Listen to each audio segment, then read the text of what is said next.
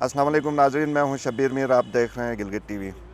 ناظرین، نگراں حکومت وجود میں آ گئی ہے۔ اس دوران جب پروسیس چل رہا تھا تو بہت سارے نام بطور چیف منسٹر کی لسٹ میں بھی آئے اور جو منسٹرز کی لسٹ میں بھی بہت سارے نام آئے تھے۔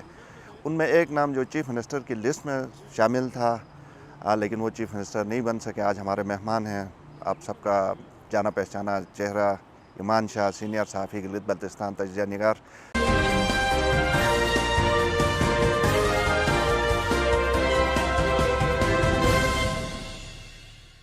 السلام علیکم ناظرین، میں ہوں شبیر میر، آپ دیکھ رہے ہیں گلگت ٹی وی۔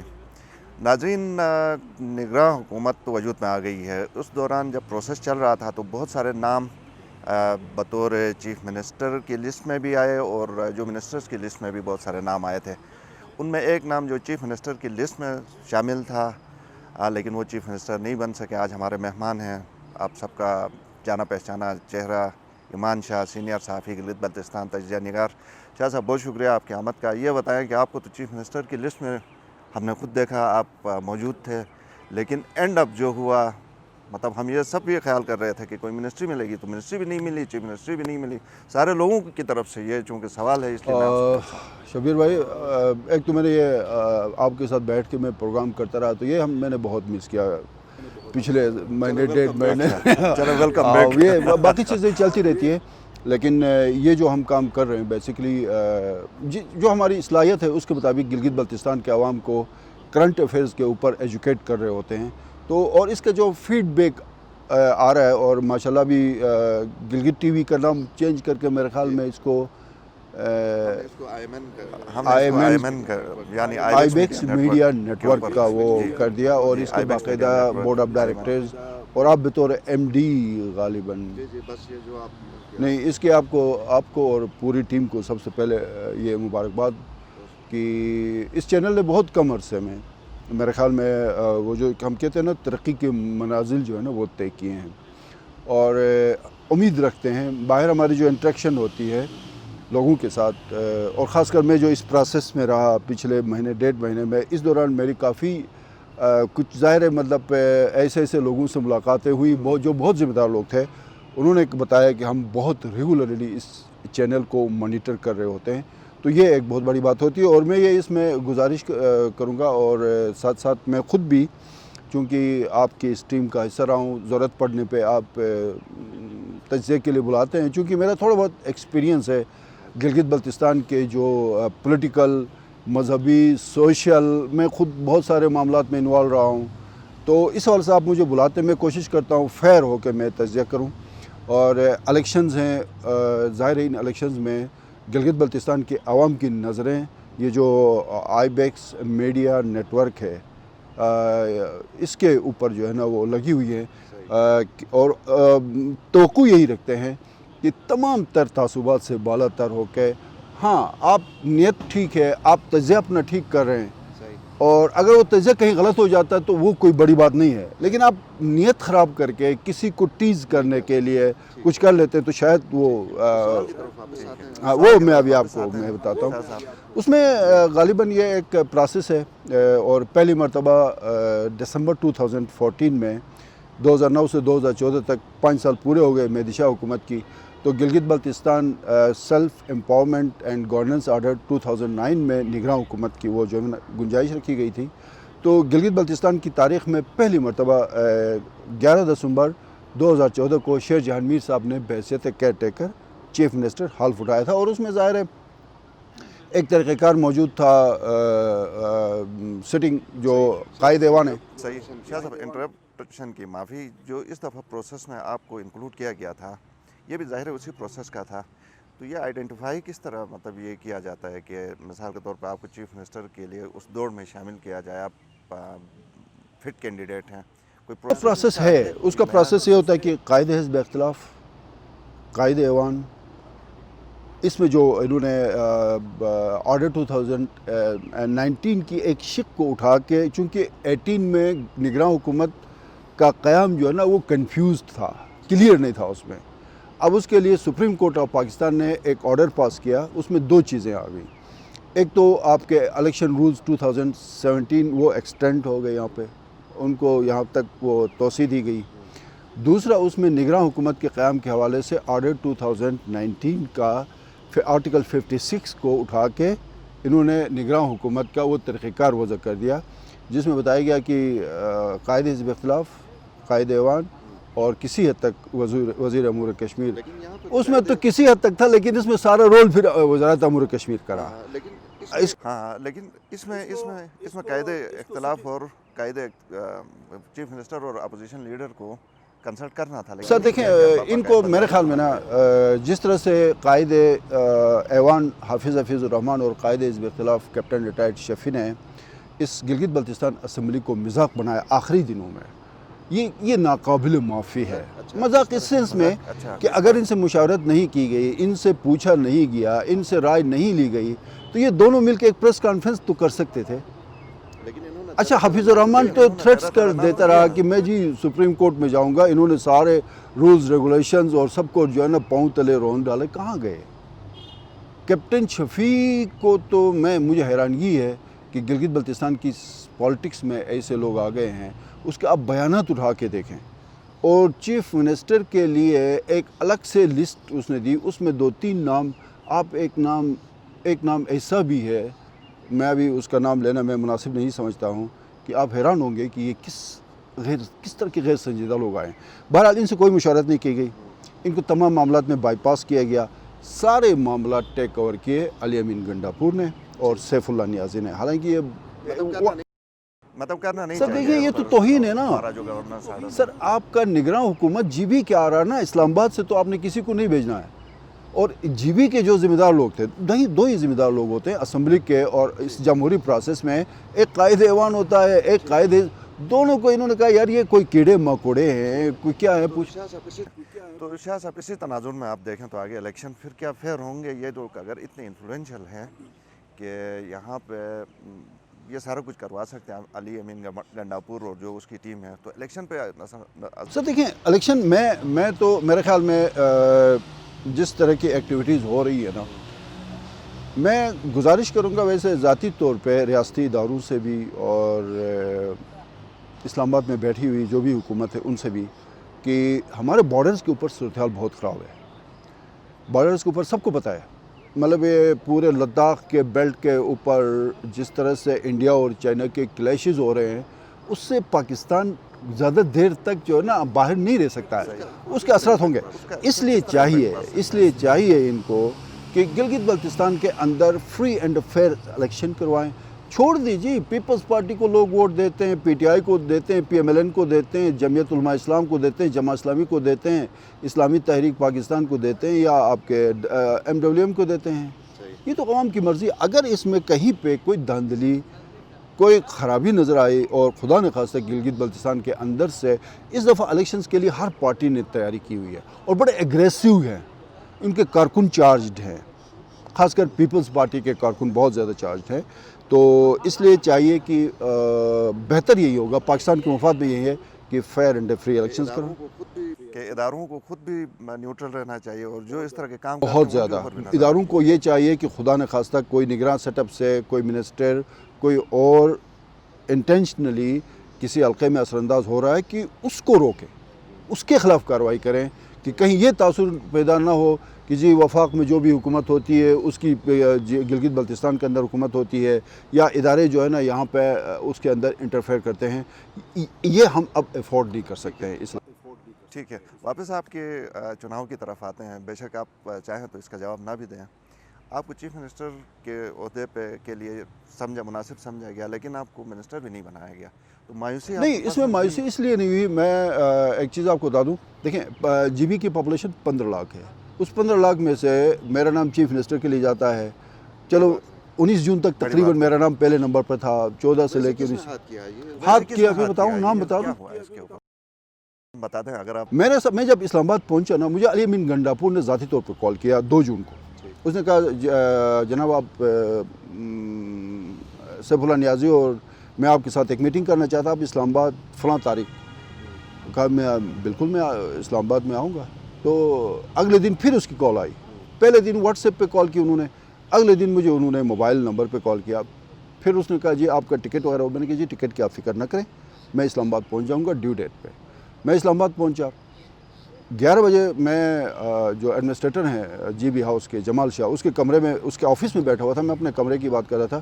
پھر اس کی علی امین گنڈا پور کی کال آئی، سر آپ پہنچے اسلام آباد؟ میں نے کہا جی میں اسلام آباد پہنچا ہوں. کہا 5 بجے منسٹرز ہاؤس یا منسٹرز ہاؤس کے بنگلہ نمبر 1 میں آپ تشریف لائیں. میں 5 بجے چلا گیا.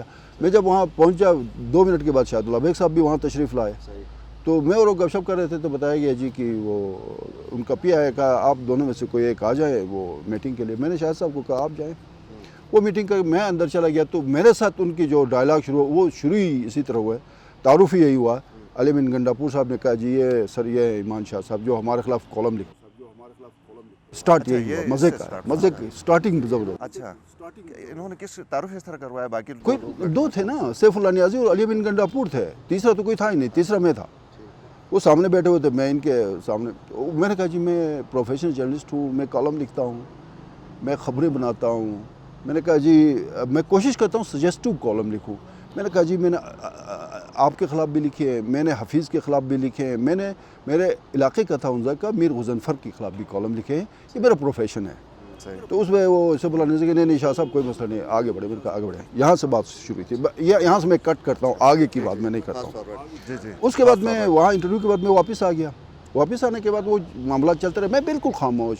آپ نے کبھی میرا کہیں کسی سوشل میرا ذاتی کسی اکاؤنٹ سے کوئی کسی قسم کا کوئی نہیں. لوگ کرتے رہے، میرا نام لیتے رہے، شاہد صاحب کا نام لیتے رہے، کبھی میرا نام کبھی اس کا. یہ آخر میں جو ہوا وہ یہ ہوا کہ یہاں سے فتح اللہ جو ہمارے اس کے پی ٹی آئی کے جنرل سیکرٹری رہے، جو اس کے بعد پھر آمنہ انصاری، راجہ جہان زیب، خالد خورشید، پھر گورنر صاحب. اب دیکھیں ان کے پاس بڑے عہدے تھے. خالد خورشید دیامیر کا ڈویژنل پریزیڈنٹ ہے. راجہ جہان زیب ان کا سابق ایم این اے بھی رہا ہے، گلگت ڈویژن کا وہ ڈویژنل پریزیڈنٹ ہے. فتح اللہ صوبائی جنرل سیکرٹری ہے. آمنہ انصاری خواتین ون کی پریزیڈنٹ ہے. انہوں نے تھرو گورنر کے ایک اپیل بھیجی پرائم منسٹر کو کہ خدا نخواستہ اس کو اگر کیئر ٹیکر پرائم منسٹر بنائے چیف منسٹر بنایا گیا تو ہمارے تو دڑن تختہ یہ نون لیگ کا بندہ ہے یا ہمارے خلاف کالم لکھتا ہے، پتہ نہیں کیا کیا. وہ اس کے بعد پھر پرائم منسٹر کو نظر ثانی یقیناً نظر ثانی، چونکہ آلریڈی وفاق میں سیف اللہ نیازی اور علی امین گنڈا پور کا وہ رویہ میں نے بتا دیا، وہ بھی اس لیول پہ تھے. یہاں سے بھی یہ ہوا تو ظاہر ہے اتنی بڑی جب آپ کی مخالفت ہو تو، لیکن الحمدللہ اللہ تعالیٰ نے جس مقام تک مجھے پہنچایا میں انتہائی مطلب اللہ تعالیٰ کا شکر ادا کرتا ہوں کہ کوئی آسان بات نہیں ہوتی ہے. میں تو یہ آپ کو بہت مختصراً بتا رہا ہوں نا، لیکن مجھے جس پروسیس سے یہاں تک پہنچنے میں لگا وہ ایک الگ کہانی ہے. آپ کے ساتھ بھی میں بیٹھا تھا، اس وقت مجھے پتہ تھا جس وقت آپ کے ساتھ بیٹھ کے ہم پروگرام کرتے تھے. شاہ صاحب جو آپ نے چیزیں بتائی ہیں یقین کریں یہ بڑی آپ نے کنفیوژن کلیئر کی. ہم سے کیا سب لوگوں سے اور چمگوئیاں آپ سوشل میڈیا کے اندر دیکھیں سب لوگوں کو یہ اشتیاق تھا کہ آخر ہوا کیا. اسی لیے یہ تھوڑا سا سخت سوال تھا لیکن میں نے آپ سے پوچھ لیا. ہم سے ڈائریکٹ بھی پوچھتے تھے. وہ ٹرننگ پوائنٹ تھا جو پارٹی نے جو کیا. یہ پتہ چلا کہ چیف منسٹر کی لسٹ میں جو میرا خیال میں کچھ ٹائم کے لیے پہلے پہ تھا، 19 جون کے بعد دوسرے پہ اس لسٹ کے اندر آپ کا نام سمری میں سر سمری کیا ہو گیا کہ آپ کو سمری میں جو نام گئے تھے نا آخر میں، اس میں پہلے پہ میر افضل صاحب تھے، دوسرے پہ میرا نام تھا، تیسرے پہ اس کا ناصر زمانی کا. اور میرے خیال میں یہ بھی نہیں ہونا چاہیے. اچھا جو سمری بنی ہے اس میں میرے خیال میں اس طرح بنی ہے کہ میر افضل صاحب اہل سنت سے، میرا نام اسماعیلی کمیونٹی سے، اور اپنا ناصر صاحب کا نام شیعہ. یہ میرے خیال میں شیعہ سنی اسماعیلی والی چیز اس کو اب ہمیں ختم کر دینا چاہیے. میرٹ پہ کر دو یار جس کو کرنا ہے، میرے خیال اس طرح نہیں کرنا چاہیے.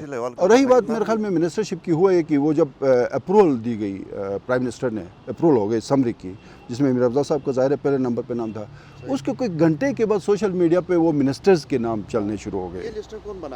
یہ لسٹیں یہ ہوا تھا کہ مختلف لسٹیں گئی تھی. مثلا خالد خورشید نے جو اپنے کچھ بندوں کی لسٹ بھیجی تھی اس میں ہمارے ایک اور جرنلسٹ دوست کا نام تھا اپنا یہ خوشی محمد طارق صاحب کا، اس کی لسٹ میں تھا تو انہوں نے اس کو فائنل کر دیا. اچھا گورنر کی طرف سے کوئی لسٹ گئی تھی جس میں آپ کا وہ تھا حسن خان اماچا صاحب کا نام بھی شامل تھا جو بیچارے بعد میں ڈراپ ہو گئے، ان کے ساتھ بھی مس اپ ہو گیا. وہ گورنر صاحب کی طرف سے شاید کوئی لسٹ تھی.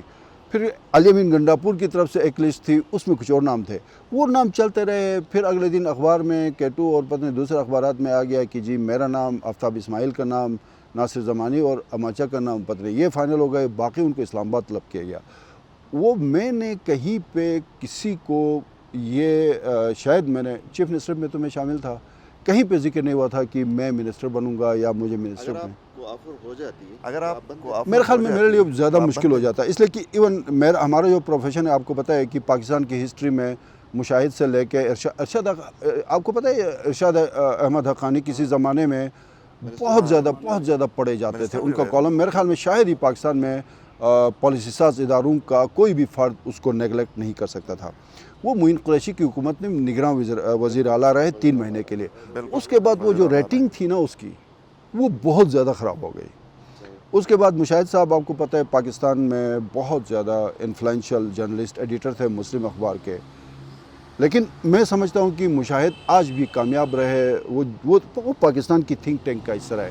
پھر آپ کی 2013 کا الیکشن آپ اٹھا کے دیکھیں، اس کو نجم سیٹھی کو چیف منسٹر بنایا پنجاب کا، پھر 2018 میں ایک اور جرنلسٹ کو انہوں نے حسن عسکری کو بنایا، وہ تجربے کامیاب تھے، لیکن یہاں پہ آ کے شاید پارٹی والوں کو مجھ سے کچھ زیادہ ہی محبت تھی تو اس کا اظہار کر دیا، لیکن منسٹرشپ کے لیے شاید میں کمفرٹ فیل نہیں کرتا، اس لیے کہ یہ داغ ایک دفعہ لگ جاتا 3-4 مہینے کے لیے، وہ پھر مجھے چلو چیف منسٹر کی حد تک تو بات بن جاتی ہے، ایک اعزاز کی بات ہوتی ہے، لیکن ایک سینئر جرنلسٹ کے طور پہ مجھے منسٹر 2-3 مہینے کے لیے بن کے۔ تو یہ جو پی ٹی آئی کی پوری آپ بتا رہے ہیں کہ جس طرح انہوں نے کیمپین کیا آپ کے خلاف، آپ کے دل میں ان کے لیے اب وہی احساسات ہیں جو پہلے تھے کہ نہیں اب تھوڑے سی تلخی آ گئی ہے؟ نہیں شبیر بھائی، ایسا ہوتا ہے نا، جرنلسٹ جو ہوتا ہے نا اس کے ساتھ بہت سارے چیلنجز، بہت مطلب آپ نے دن میں 10 دشمن بنانے، 10 دوست بنانے۔ اسی طرح میرے بدترین جو مخالف تھے نا، میں جب ڈسٹرکٹ کونسل ہنزا کا الیکشن لڑا اس میں 2 بندے میرے بدترین مخالف رہے پوری لائف، میری پولیٹیکل لائف میں۔ ایک بابا جان جس کو میں نے شکست دی ڈسٹرکٹ کونسل میں، ایک پھر اس کا وکیل جس نے میرے خلاف کیس کیا بابا جان کے حوالے سے، داندلی کے حوالے سے، احسان ایڈوکیٹ۔ میں نے کبھی بھی جب ان کی خبروں کی بات آ گئی تو میں نے یہ نہیں کہا کہ یہ میرے مخالف رہے۔ سو یہ ہمارے ساتھ ہوتا رہتا ہے، آج مجھ سے 10 بندے خوش ہیں، کل وہ گالیاں دیتے پھریں گے۔ سارا، لیکن اب یہ بتائیں کہ پولیٹیکل، اگر لیٹ سپوز کہ پاکستان تحریک انصاف کی حکومت بنتی ہے، میں لیٹ سپوز کہہ رہا ہوں، ٹھیک ہے، اور آپ کو آفر آ جاتی ہے پھر کسی عہدے کی، آپ قبول کریں گے؟ سر نہیں، ابھی میرا جو ایکسپیرینس ہوا ہے اس میں میں ایک بات آپ کو یہاں سے پہلے یہ کلیئر کروں، چیف منسٹر کے لیے جو مجھے میری باقاعدہ ایک تیاری ہو گئی، بہت سارے مراحل سے میں گزر کے آ گیا۔ ظاہر ہے وہ ایک چیف منسٹر کا عہدہ ایسا ہے جہاں پہ ہر بندے کی خواہش ہوتی ہے، اور وہاں تک اس 2-3 بندوں کا نام جانا بھی ایک بڑی بات ہے، لیکن میں نے پھر وہ باہر بیٹھ کے دیکھا، اس سے سارا پروسیس جب کمپلیٹ ہوا، اس کے بعد لوگوں کی طرف سے جو مجھے رسپانس آیا نا، آفس میں آ کے میسیجز کے ذریعے یا ٹیلی فون کالز کے ذریعے، بہت سارے لوگوں نے کہا کہ ہم شکر ادا کرتے ہیں کہ آپ اس گند میں نہیں پڑے، آپ کو ہم as a journalist, as a تجزیہ نگار اور ایز اے سوشل ایک ورکر کے طور پہ ہم آپ کو رسپیکٹ دیتے ہیں، شکر ہے کہ آپ اس گند میں نہیں پڑے، آپ بچ گئے۔ سو میرے خیال میں مجھے ماشاءاللہ آپ کو پتہ ہے کہ میں ایک ادارہ چلا رہا ہوں، پورا انڈیپینڈنٹ ہوں میں یہاں پہ، اس ادارے کے تمام معاملات میں دیکھتا ہوں، فائنینشیل ایشوز میرے کو اتنے زیادہ وہ خراب نہیں ہیں کہ میں جا کے، ہاں پہلے بھی میں نے یہ بات کی تھی کہ یہ جو عہدہ تھا اس میں تھوڑا سا میں نے ریکویسٹ یہ کی تھی جب شروع میں مجھ سے بات کی تھی کہ اگر میرٹ کے طور پہ آپ سمجھتے میں اس عہدے کے لیے ایلیجبل ہوں تو ٹھیک ہے، ورنہ آپ اگر اس بیس پہ کہ چونکہ اس کا ہمارے ساتھ کوئی تعلقات ہیں تو وہ میں نے کہا جی سفارش اور ان چیزوں کا میں تو آگے بھی اگر میرٹ کے اوپر آپ کو کوئی انویٹیشن آ جاتی ہے تو سر میں آپ کو ایک چیز بتا دوں، آپ یہ توقع ہی نہ رکھیں سیاست میں یا سیاستدانوں سے کہ یہ کوئی میرٹ پہ کام کریں یا میرٹ پہ بات کریں، یہ آپ توقع، میرا سوال پھر گھوم پھر کے آپ کے پاس، آپ جائیں گے نہیں جائیں گے؟ نہیں میں نہیں جاؤں گا، مطلب میں نہیں جاؤں گا، اور جہاں پہ میں ہوں وہاں پہ ٹھیک ہوں، ایک چانس ملا اس میں نے انجوائے کیا 1.5 مہینے، میں نے بہت ساری چیزیں دیکھی، بہت سارے چہرے مجھے میرے سامنے ان سے نقاب اتر گئے، یہ بہت زبردست ایک ایکسپیرینس ہوا میرا۔ اچھا رہا آپ کا۔ اچھا یہ جو اب آتے ہیں تھوڑا سا گلگت بلتستان کے الیکشن کے حوالے سے، ابھی ریسنٹلی آپ کے نوٹس میں ہے یقیناً کہ چیف الیکشن کمشنر نے آل پارٹیز کانفرنس بلا کے ڈیٹ، ابھی خیر ڈیٹ اناؤنس نہیں ہوئی ہے لیکن ملتوی الیکشن ہو گئے ہیں، تو اس پہ آپ کا کیا تبصرہ ہے؟ دیکھیں اس میں پی ٹی آئی کی کوئی تیاری نہیں تھی، اس کے 2-3 دڑے ہیں کھل کے آمنے سامنے ہیں، گورنر صاحب جعفر شاہ صاحب کے پیچھے پڑے ہوئے ہیں، وفاق میں بھی کچھ لوگ جو ہے جعفر شاہ صاحب کو ابھی تک قبول کرنے سے وہ ہچکچا رہے ہیں، فتح اللہ اور ان کی ایک الگ سے ٹیم ہے. یہ واحد پارٹی ہے جو ایک دوسرے کو کاٹنے پہ مصروف ہے. جعفر شاہ صاحب ایک نوٹیفیکیشن کرتے ہیں, وہ پھر کوئی اور آ کے اس کو ختم کر دیتا ہے, اس کے خلاف یہاں سے پھر ایک وفد لے کے مرکز میں چلے جاتے ہیں, وہاں سے کوئی اور فیصلہ آ جاتا ہے. اس طرح کی سچویشن میں نے کسی پارٹی میں نہیں دیکھی تھی. مطلب الیکشن ملتوی کرنے کی میں وجوہات بتا رہا ہوں, ان کی اپنی کوئی تیاری نہیں ہے, کوئی پیکیج نہیں ہے, کوئی مطلب وفاق کی طرف سے گلگت بلتستان کے لیے ایسا کوئی انہوں نے ابھی تک ریفارمز یا فائنینشیل کوئی انہوں نے پیکیج نہیں دیا ہے کہ جس کی بیس پر چڑھے. نقصان جو ہوا, فائدہ جو پہنچا وہ پی ٹی آئی کو پہنچا, نقصان جو پہنچا ہے وہ پیپلز پارٹی کو اور پی ایم ایل این کو پہنچا ہے. پی ایم ایل این کا یہ تھا کہ جیسے تیسے ان کی حکومت ختم ہوئی تھی, جو بھی ڈیولپمنٹ اب انہوں نے کیا ہے وہ ود ان 2 months اگر الیکشن میں جاتے تو اس کا بہتر رزلٹ آ جاتا. ٹھیک ہے, اب وہ دھیرے دھیرے لوگ بھول جائیں گے, ان کی خامیاں زیادہ سامنے آئیں گی, انہوں نے جو کام کیا تھا وہ دب جائیں گے. پیپلز پارٹی کو تو اس سے زیادہ نقصان ہوا. ٹھیک ہے, لیکن شاہ صاحب سوال یہ ہے کہ چیف الیکشن کمشنر کے اختیار میں ہے کہ یہ جو ایک تو آپ دیکھیں سپریم کورٹ کے ڈائریکٹیوز فیصلہ تھا کہ ود ان 2 months یہاں پہ الیکشن, اور پھر صدارتی آرڈر تھا, لیٹر تھا, جو بھی تھا اس کے اندر بھی ڈیٹ مینشن تھی. تو کیا چیف الیکشن کمشنر بغیر ان کو کنسلٹ کیے یہ اس طرح کی میرے خیال میں ایک نئی روایت ہے. میں نے پاکستان کے جو الیکشن صوبائی اچھا ایک تو چیز مجھے ایک چیز کی سمجھ نہیں آتی, یہ میرے خیال میں الیکشن کمیشن لکھا ہوا ہے. الیکشن کمیشن سر, وہ الیکشن کمیشن مینز یہ ہوتا ہے کہ اس کے ممبرز ہوتے ہیں, 5 ممبرز ہوتے ہیں, 5 ممبرز پہ مشتمل الیکشن. اب ہو سکتا ہے 5 ممبرز ہوں گے, میرے اور آپ کے علم میں نہ ہو, کوئی خفیہ کوئی ہو, اگر نہیں ہے تو یہ اللیگل ہے. Election commission chief election commissioner ہے, الیکشن کمیشن نہیں ہے. الیکشن کمیشن باقاعدہ اس کے ممبرز تعینات ہوتے ہیں, اس کا ایک طریقہ کار آئین میں ہے, پاکستان کا آئین میں ہے. تو یہاں پہ الیکشن کمیشن جو لکھا ہے وہ اللیگل ہے, پہلی بات. دوسری بات یہ ہے کہ چیف الیکشن کمشنر کو پتہ نہیں اختیار کس نے دیا ہے کہ سیاسی جماعتوں کو بلا کے وہاں پہ مشاورتی کام کرے. اس کا ایک اسپیسیفک کام ہوتا ہے. کل چیف سیکریٹری کے کہے گا یار فلاں پروجیکٹ ہے, اس میں کوئی مسئلہ آ رہا ہے تو وہ ایک اے پی سی بلائے گا اس پروجیکٹ کے اوپر. تو یہ ایک جو ایشو ہوا نا. اور دوسری بات یہ تھی کہ صدر پاکستان ایک الیکشن شیڈول جاری کرتا ہے, اس پہ چیف الیکشن کمشنر کتنا بااختیار ہے. سپریم کورٹ آف پاکستان نے جو ایکسٹینڈ کیا آرڈر 2017 اور نگراں حکومت, ساتھ ساتھ اس میں یہ بھی لکھا ہوا اس آرڈر کے اندر کہ 26 یا 24 جون جو بھی تاریخ ہے اسمبلی کے ڈیزالو ہوگی, اس کے ود ان 60 days آپ نے الیکشن چیف الیکشن کمیشن یا کمشنر نے الیکشن کروانے ہیں. اب سپریم کورٹ آف پاکستان کو بھی انہوں نے جو ہے وہ کیا کہتے ہیں نظر انداز کر دیا. صدر پاکستان کے وہ طرف سے جو الیکشن شیڈول آیا اس کو بھی بائی پاس نظر انداز کر دیا. تو یہ بہت بااختیار طاقتور لوگ ہیں. گلگت کے بلتستان کے اندر وہ ہم کہتے ہیں نا وہ جنگل کا قانون, وہ اس کی آپ کو اگر جھلک دیکھنی ہو, میں پاکستان بھر کے سیاستدانوں کو دعوت دوں گا کہ انہوں نے کوئی جنگل کے قانون کی جھلک دیکھنی ہو نا, اور سپریم کورٹ آف پاکستان کے چیف جسٹس کو بھی میں دعوت دوں گا, جسٹس گلزار احمد خان کو بھی, وہ بھی اگر مشاہدہ کرنا چاہیں, طاقتور لوگوں کو دیکھنا چاہیں تو وہ ذرا ایک آدھ دن کے لیے گلگت تشریف لائیں. گلگت تشریف لائیں. بہت شکریہ. ناظرین گفتگو آپ نے سنی, آپ کے فیڈ بیک کا ہمیں انتظار رہے گا. اجازت دیجیے, اللہ حافظ.